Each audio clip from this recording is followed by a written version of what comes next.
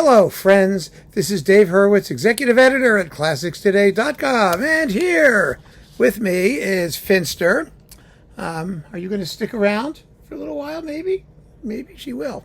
That would be nice, because we're talking about a composer that cats are going to love. Aarre Merikanto. So, just kidding. Merikanto is his name, actually. See? Isn't that interesting? Yeah.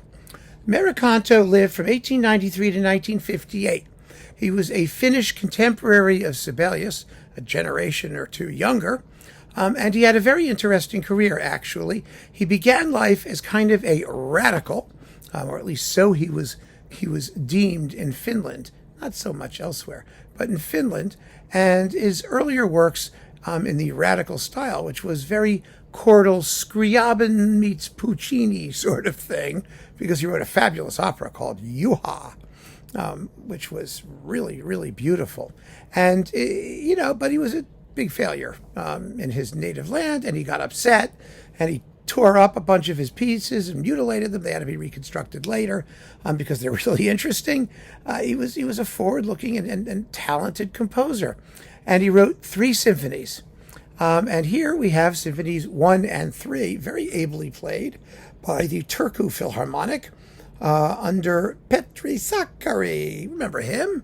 Petri Sakari. He's hanging out in Iceland and New Zealand and places like that and doing Sibelius quite effectively for the most part. He's a good conductor. And these 2 symphonies are very interesting because they come from opposite ends of Merikanto's career. The second symphony is probably his greatest, and we will be talking about that anon because it's in this series, so it's here. But the fact of the matter is, already at the time of the first symphony, which was just before his more radical phase began, you can hear him moving in that direction. The music is rich and dense and kind of fin de siècle decadent. It's not 100% successful in terms of timing. In other words, like so many romantic-ish, late romantic composers, he starts with a bang, or he starts with an introduction, then works up to a bang, and then the energy just dribbles out while he gets into more, there we go. Thank you, dear. Okay. While we get into more, lyrical and textural and not what you might call symphonic and goal-oriented music. But it's lovely. I mean, it's lovely. It's fun to listen to, and you can hear his voice emerging. There's something there, and it's really, really worth hearing. Then, by the third symphony, which he wrote, I think, he died in 1958. He wrote it fairly late, 1952-53. The first symphony is 1914 to 16. So in 52-53, he had become a neoclassical composer, as so many did, who were not going to be like atonalists, but who were, not also going to be endlessly decadent romantic type people. And it's a much more contrapuntal, lean, austere work, still quite listenable, very, very carefully written. There's not a note out of place. It's one of those very precise pieces, and it's a very different style and very interesting. Also, I think it's also a good work.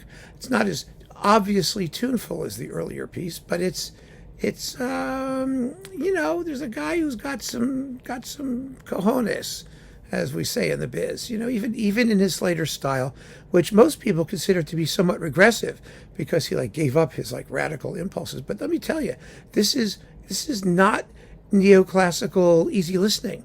This is neoclassical really finely wrought.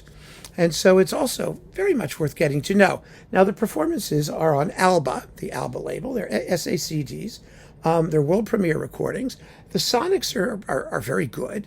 The orchestra isn't epically world class, but they play with a lot of conviction, and especially in the first symphony, where you have a lot of big, thick, fat, dense chords. He's a chord guy. He's not a line guy. He was heading in the line guy direction by the time you get to the third symphony. But they really are very, very interesting and worth getting to know. Finnish music in this period, the first half of the 20th century, not just Sibelius, is pretty marvelous.